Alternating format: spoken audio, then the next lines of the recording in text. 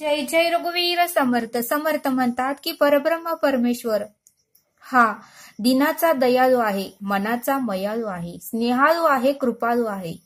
जो आपली भक्ती बघून तो आपल्याला जे काही हवं आहे तो परब्रह्म ईश्वर देतो असं समर्थ आपल्याला इथे सांगतात. पण आताच्या या कलियुगामध्ये लोकांना काय मागावे हेच समजत नाही असं समर्थ आपल्याला इथे सांगतात.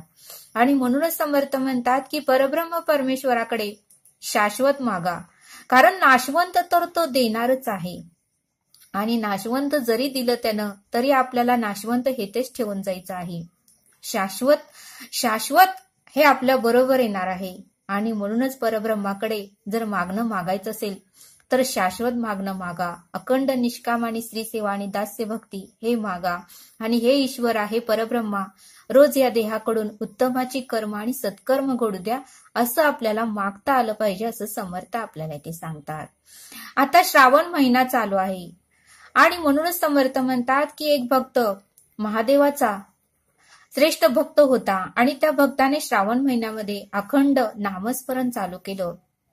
त्याने डोंगरावर गेला आणि अखंड ओम नमः शिवाय, ओम नमः शिवाय असं नामस्मरण चालू केलं. एवढं त्यानं नामस्मरण चालू केलं की त्याने अन्नही ग्रहण केलं नाही, पाणीही ग्रहण केलं नाही. एवढं अंतःकरणातून नामस्मरण चालू केलं.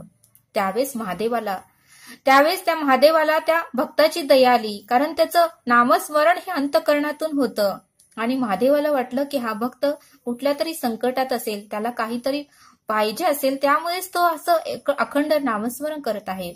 आणि मग मात्र महादेव त्या भक्ताकडे गेले आणि त्या भक्ताला विचारलं, अरे तुझ्या भक्तीवर मी प्रसन्न झालो, तुझ्या नामस्मरणावर मी प्रसन्न झालो, तो अखंड नामस्मरण करत आहे आणि ते माझ्यापर्यंत पोहोचलं आहे. तुला काय हवं आहे ते तू सांग, मी तुला देण्यासाठीच येथे आलो आहे. त्यावेळेस त्या भक्तालाही खूप आनंद झाला आणि मग तो म्हणाला, हे परब्रह्म, हे ईश्वरा, जे मी मागेल ते तू देणार का?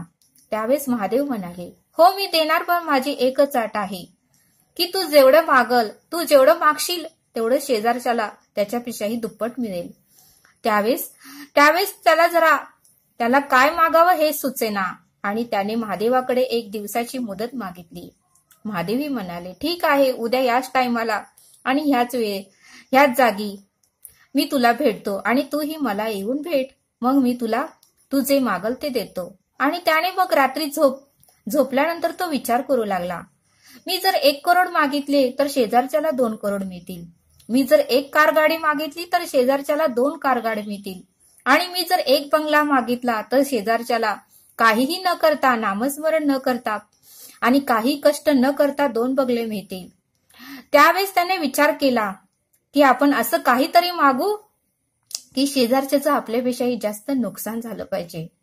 आणि त्याने ठरवलं आणि दुसरा दिवस उजडला. दुसऱ्या दिवशी त्याच डोंगराच्या ठिकाणी तो गेला. त्याच वेळेत महादेवही तेथे आले आणि महादेव म्हणाले, अरे तुझा विचार पक्का झाला का? तुझा काय निर्णय आहे? तुला काय हवं आहे ते तू मला सांग. त्यावेळेस तो भक्त म्हणाला, महादेवा, मी खूप विचार केला, मी जेवढं मागेल त्याच्या दुप्पट तू शेजारच्याला देणार आहेस. मग मी विचार केला आहे आणि तेच मी तुला आता मागणार आहे. महादेव म्हणाले, काय तू मागणार आहे ते तर सांग, मी तुला देण्यासाठी आलो आहे. त्यावेळेस तो भक्त म्हणाला, महादेवा, माझा 1 डोळा जाऊ द्या. माझा 1 डोळा गेला की शेजारचे 2 डोळे जातील.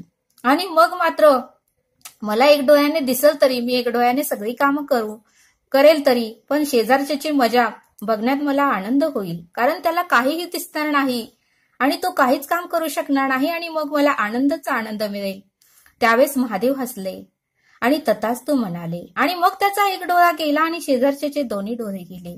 बघा म्हणले समर्थ, म्हणजे ईश्वर परब्रह्म देण्यासाठी आले आहेत, पण आपल्याला काय मागावं हेही कळत नाही असं समर्थ आपल्याला ते सांगतात.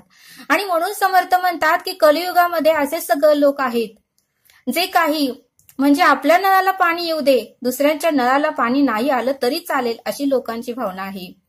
आपल्या घरातली लाईट असू दे पण दुसऱ्याच्या घरातली लाईट जाऊ दे अशी लोकांची भावना आहे. आपला मुलगा इंजिनियर होऊ दे, आपला मुलगा डॉक्टर होऊ दे, आपला मुलगा वकील होऊ दे, तर आपला मुलगा कलेक्टर होऊ दे, पण दुसऱ्याचा मुलगा 10वी मध्ये नापास होऊ दे अशी लोकांची भावना आहे. आणि म्हणून तर परब्रह्माने ईश्वराने याला कलियुग असं नाव दिलं आहे. बघा म्हणले, त्या भक्ताला एक संधी महादेवाने दिली होती. तो भक्त अन्न ग्रहण केलं नव्हतं, एवढे दिवस पाणी ग्रहण केलं नव्हतं, महादेवाला प्रसन्न केलं होतं, तर त्यानं उत्तमाचं त्याला मागता आलं असतं. पण त्यानं काय, आपलंही नुकसान करून घेतलं आणि शेजारच्याचंही नुकसान करून घेतलं. त्याने मोक्ष मागितला असता, त्याने सर्वांना सत्कर्माचा रस्ता दाखवा असं मागितलं असतं.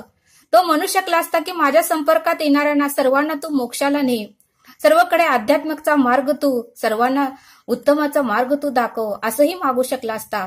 सगळीकडे श्रवण कीर्तन वंदन विष्णुस्मरण पाद्यसेवन अर्चन दास्य सख्य आत्मनिवेदन याचं निरूपण होऊ दे, असं उत्तमाचं तो मागू शकला असता. पण मागून मागून त्याने काय मागितलं की माझा एक डोळा जाऊ दे, म्हणजे शेजारचे 2 डोळे जातील.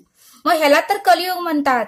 की कलियुगामध्ये कोणाचीही अशी भावना नाही की दुसऱ्याचं उत्तमाचं व्हावं, दुसऱ्याचा मुलगा उत्तम पोस्टवर जावा, दुसऱ्याला सुख समाधान प्राप्त व्हावं, असं कलियुगातील लोकांची भावना नाही. आणि म्हणूनच याला कलियुग नाव पडलं आहे असं समर्थांनी आपल्याला या बोधातून सांगितलं. आणि म्हणून समर्थ म्हणतात की आपल्याला जर संधी मिळाली, आपल्याला तर ईश्वर प्रसन्न झाले, तर आपल्याला शाश्वत जे काय आहे ते आपल्याला मागता आलं पाहिजे असं समर्थांनी आपल्याला इथे सांगितलं. तरी आता आपण येथेच थांबू. धन्यवाद. जय सद्गुरू.